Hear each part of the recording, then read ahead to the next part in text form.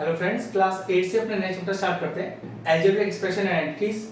तो चलिए exercise 9.1 start करते हैं। चलिए क्वेश्चन नंबर 1 मैंने बोर्ड पे लिख दिया है, इसके 3 पार्ट भी लिख दिए हैं। ठीक है, क्वेश्चन है कि identify the terms and their coefficient. ठीक है, तीनों के लिए चेक करने इन एक्सप्रेशन में टर्म्स कितने हैं और उनके फिर कोएफिशिएंट बताने हैं। अब क्वेश्चन को स्टार्ट करने से पहले मैं आपको बता देता हूं कि एक अलजेब्रिक एक्सप्रेशन बोलते किसको है। ठीक है, ध्यान रखना, कितने भी सारे टर्म हो किसी भी एक्सप्रेशन में, उस एक्सप्रेशन को अलजेब्रिक एक्सप्रेशन तब माना जाएगा जब उन टर्म्स के बीच में आपके पास प्लस का सिंबल हो। ठीक है, और हर प्लस के सिंबल के पहले और बाद में 2 टर्म ही होती हैं इस तरह से। ठीक है, अब जरा क्वेश्चन बताता हूं। पहला क्वेश्चन देखो, ये अलजेब्रिक एक्सप्रेशन तब माना जाएगा जब मैं इसको प्लस से डिनोट करूंगा, लेकिन यहां तो माइनस लग रहा है, तो कैसे चेंज करूं? बहुत आसान है, देखो 5xyz² प्लस लगा के फिर लिख दिया मैंने ब्रैकेट माइनस का 3y और z, या zy और yz तो एक ही बात है। ठीक है, अब देखो प्लस आ गया, तो हमेशा ध्यान रखना प्लस से पहले और प्लस के बाद सब टर्म्स कहलाते हैं। तो अगर मैं कहूं कि इस एक्सप्रेशन में टर्म्स कौन कौन से हैं, तो टर्म्स है आपके पास 5xyz² और दूसरा टर्म क्या है, माइनस का 3yz। क्लियर हो गया? टर्म्स को बताने के लिए पहले एक्सप्रेशन को प्लस लगाना पड़ेगा बीच में। ठीक है, अगर माइनस लग रहा है तो प्लस लगाइए। अब जैसे देखिए यहां पर दोनों ही प्लस लग रहे हैं, तो ये ऑलरेडी परफेक्ट फॉर्म में दिया हुआ है, सिर्फ आपको टर्म्स निकालने होंगे। ठीक है, बताऊंगा। अब हमने टर्म्स अलग कर लिए, अब टर्म्स के कोएफिशिएंट बताने हैं। तो ध्यान रखिएगा, हर टर्म का जो कोएफिशिएंट होता है वो उसकी सिर्फ और सिर्फ न्यूमेरिकल वैल्यू होती है। तो मैं कहूंगा the coefficient of this term is what, 5 numerical value, उसमें प्लस माइनस भी हो सकता है। ठीक है, यहां देखिए -3yz का कोएफिशिएंट वैल्यू क्या है, ध्यान रखिएगा -3। तो ये लीजिए, पहले टर्म का कोएफिशिएंट 5 आ गया और दूसरे टर्म का आ गया -3। नेक्स्ट क्वेश्चन की तरफ बढ़ते हैं। अब देखो नेक्स्ट क्वेश्चन में क्या है, ऑलरेडी प्लस लगे हुए हैं, तो बस अब तो कुछ करना ही नहीं है। सबसे पहले हम क्या बताएं, टर्म्स बताते हैं इसके अंदर। तो टर्म्स प्लस से पहले और बाद वाले दोनों ही होते हैं, पहला, ये दूसरा और ये तीसरा। यहां तो कुछ करना ही नहीं था, तीनों के तीनों टर्म्स दिए हुए थे। अब इनके कोएफिशिएंट्स, अब मैंने कोएफिशिएंट्स क्या कहा था कि हर टर्म में जो न्यूमेरिकल वैल्यू होती है वही कोएफिशिएंट होती है, और ध्यान रखना वो न्यूमेरिकल वैल्यू मल्टीप्लिकेशन में होनी चाहिए। ठीक है, तो यहां तो 1 ही आएगा। अब x के साथ न्यूमेरिकल वैल्यू क्या है, कुछ भी नहीं दिख रहा ना, तो 1 ही होगा। x² के साथ न्यूमेरिकल वैल्यू क्या है, कुछ भी नहीं दिख रहा ना, तो 1 ही होगा। तो ये लीजिए, तीनों टर्म्स के जो इंडिविजुअल कोएफिशिएंट है वो 1 1 और 1 ही है। ठीक, अगले पे आते हैं। अब देखो टर्म्स को बताने के लिए पहले इसको प्लस रखना पड़ेगा, तो अगला स्टेप देखिए क्या होगा, 4x² प्लस ऑफ माइनस का 4x² y² प्लस z²। तो सबसे पहले क्या बताऊं मैं, पहले टर्म्स बताता हूं। तो प्लस से पहले और प्लस के बाद में सब टर्म्स ही हो गए, तो एक ये हो गया, एक ये हो गया और एक ये हो गया। तो देखिए कैसे लिखेंगे terms, 4x² y² comma minus का 4x² y² z² कॉमा और z²। तो 3 तो टर्म हो गए इसके अंदर। और इनके कोएफिशिएंट्स की बात करें तो हर टर्म के अंदर जो न्यूमेरिकल वैल्यू है वही कोएफिशिएंट है। तो कितना हो गया, पहले वाले में 4 हो गया, दूसरे वाले में -4 हो गया, तीसरे वाले में भाई न्यूमेरिकल वैल्यू तो दिख नहीं रहा, भाई नहीं दिख रहा तो हमेशा क्या होगा, 1 ही हो गया। तो ये लीजिए, तीनों क्वेश्चनों के मैंने आपको टर्म्स भी बता दिए और कोएफिशिएंट भी बता दिए। चलिए अगले 3 क्वेश्चन और है। चलिए क्वेश्चन के बचे हुए तीनों पार्ट में लिख दिए। अब फिर से वही 3 क्वेश्चन है आपके पास, लेकिन देखो यहाँ 2 माइनस दिख रहे हैं, तो टर्म्स बताने के लिए पहले सबके बीच में प्लस होना चाहिए। तो सही से लिखता हूँ, 3 plus of -pq plus qr plus of -rp। अब प्लस से पहले और प्लस के बाद सारे के सारे टर्म्स ही कहलाएंगे। तो देखिए कितने सारे टर्म्स हो गए इसके अंदर, ये हो गया 3 हो गया, माइनस का pq हो गया, qr हो गया और माइनस का rp हो गया। ठीक, अब बढ़ते हैं इनके कोएफिशिएंट्स की तरफ। तो हर टर्म में मौजूद न्यूमेरिकल वैल्यू ही कोएफिशिएंट कहलाती है। तो यहाँ कितना है, यहाँ तो 3 है, यहाँ -1, यहाँ 1, यहाँ -1। ऑब्वियस सी बात है, यहाँ पर कोई न्यूमेरिकल वैल्यू है ही नहीं, तो मैंने क्या कहा था कि 1 ही होगा। माइनस लग रहा है इसलिए -1, कोई न्यूमेरिकल वैल्यू नहीं तो पक्की बात 1 ही होगा। यहाँ भी कोई न्यूमेरिकल वैल्यू नहीं है तो 1 ही होगा, लेकिन माइनस लग रहा है इसलिए -1। क्वेश्चन सॉल्व हो गया।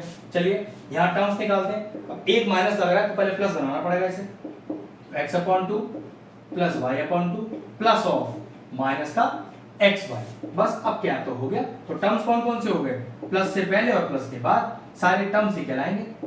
ये लीजिए 3 टर्म्स आ गए, x/2 y/2 और माइनस का x/y, ठीक है। अब इन टर्म्स के ही कोफिशिएंट निकाले जाते हैं, और टर्म्स के कोफिशिएंट कौन होते हैं? जो उनके अंदर न्यूमेरिकल वैल्यू मल्टीप्लाई हो रखी होती है। यहाँ कितना है? 1/2, यहाँ भी तो 1/2 है, लेकिन यहाँ देखो फिर भी कुछ नहीं है तो 1 ही होगा, लेकिन माइनस लग रहा है तो आंसर इज -1। तो यहाँ पर आ गया 1/2 और -1। चलिए अगला पार्ट देखते हैं इसका।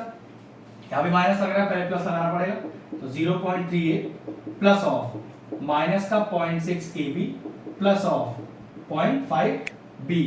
अब तीन टर्म्स हो गए, प्लस से पहले और प्लस के बाद अगर देखें तो टर्म्स 0.3a कॉमा माइनस का 0.6 ab कॉमा 0.5 b।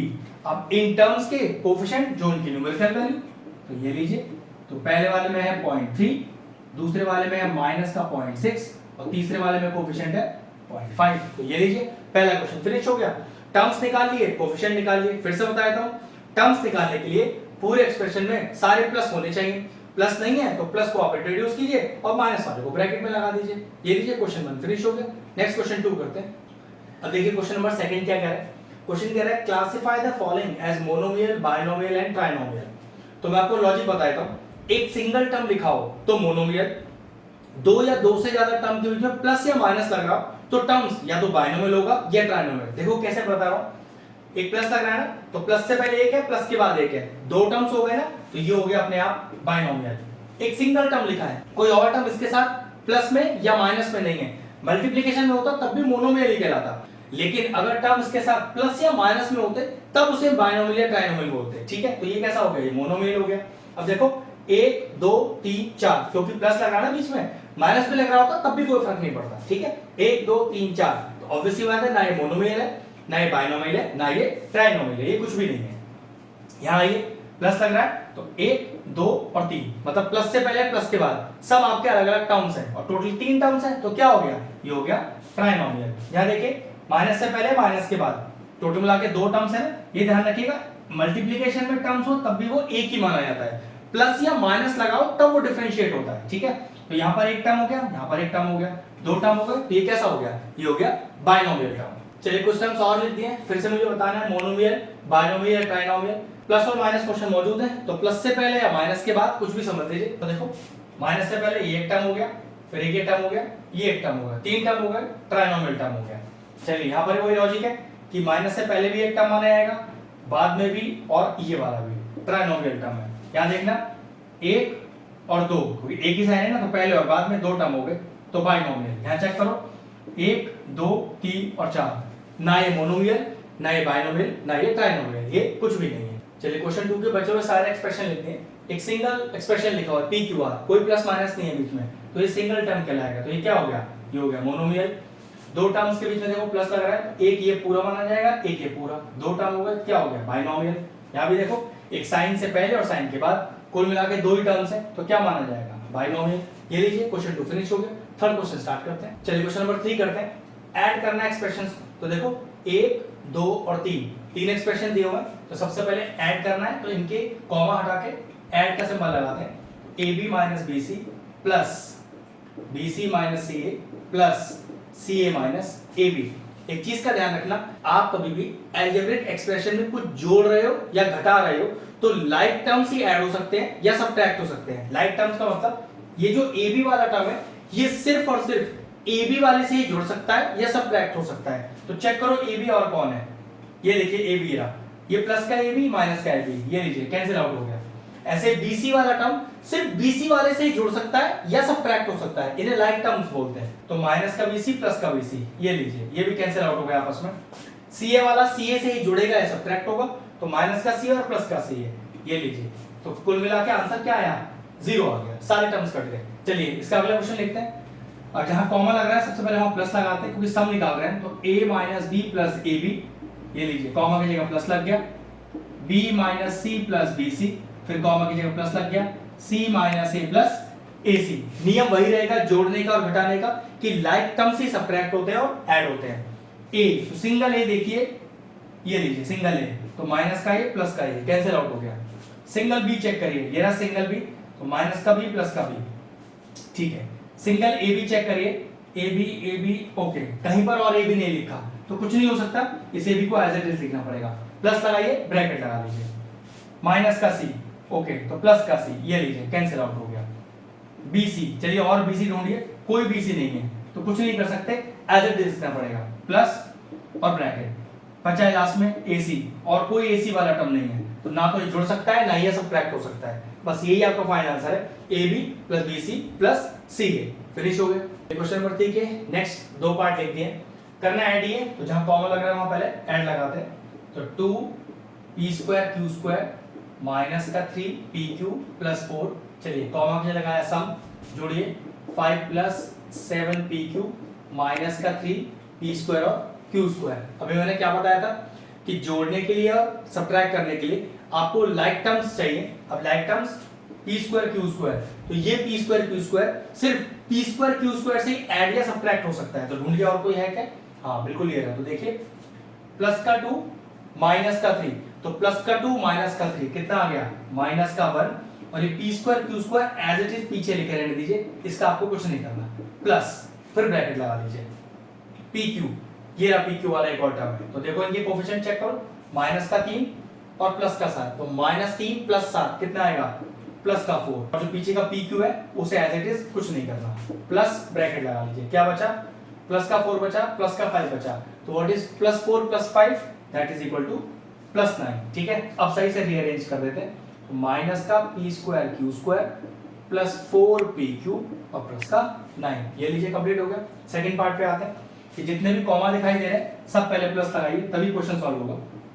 तो L square M square plus M square N square plus N square L square plus 2lm 2mn और 2nl। चलिए तो एल स्क्वायर वाला सिर्फ एल स्क्वायर से ही सब्ट्रैक्ट या ऐड हो सकता है। अब सब्ट्रैक्शन का तो कोई सिंबल ही नहीं है, तो ऐड ही होंगे सारे। तो देखो L square plus L square 2l square plus M square plus M square 2m square, n square plus n square 2n square. अब देखो ln का सिंगल टर्म है, mn का भी सिंगल टर्म है, nl का भी सिंगल टर्म है, तो अब इनका कुछ नहीं हो सकता, सिर्फ इन्हें कॉपी कर दीजिए पीछे।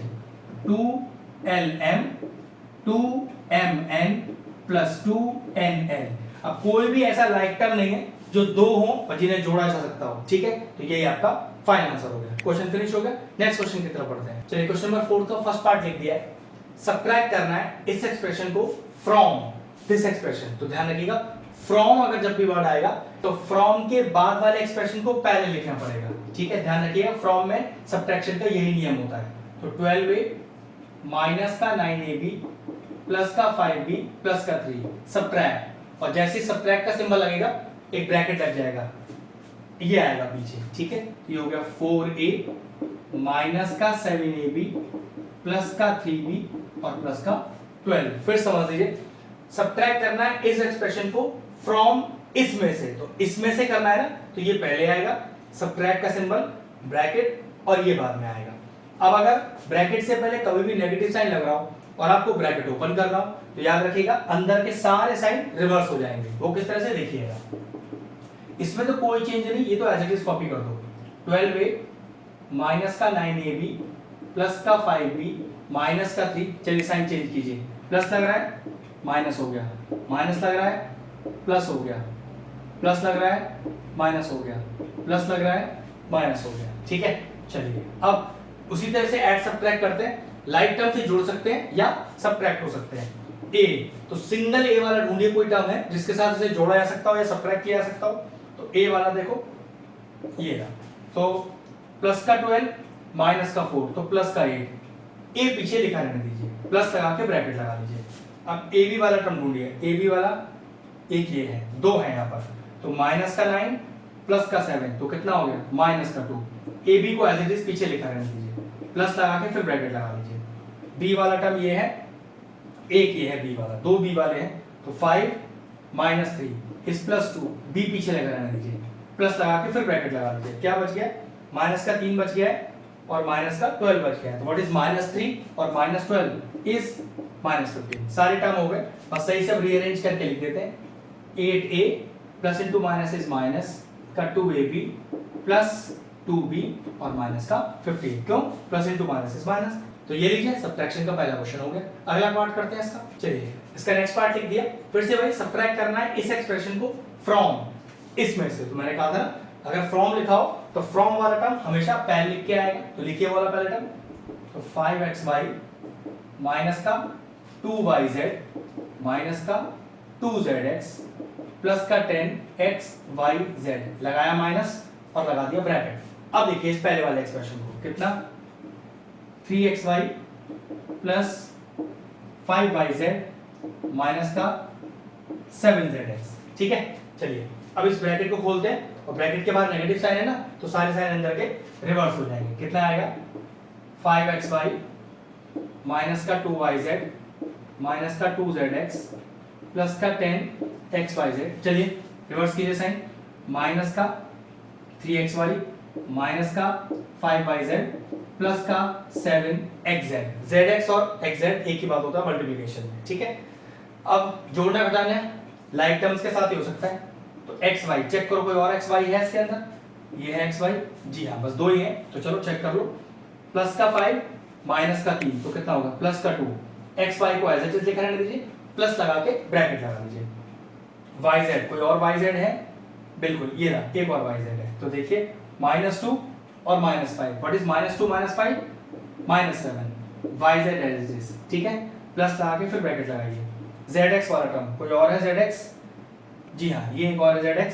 तो माइनस का 2 प्लस का 7, तो what is -2 + 7 is +5, zx as it is लिख रहने दीजिए, प्लस लगा के ब्रैकेट। क्या बच गया xyz। चेक करो xyz का कोई टर्म है इधर?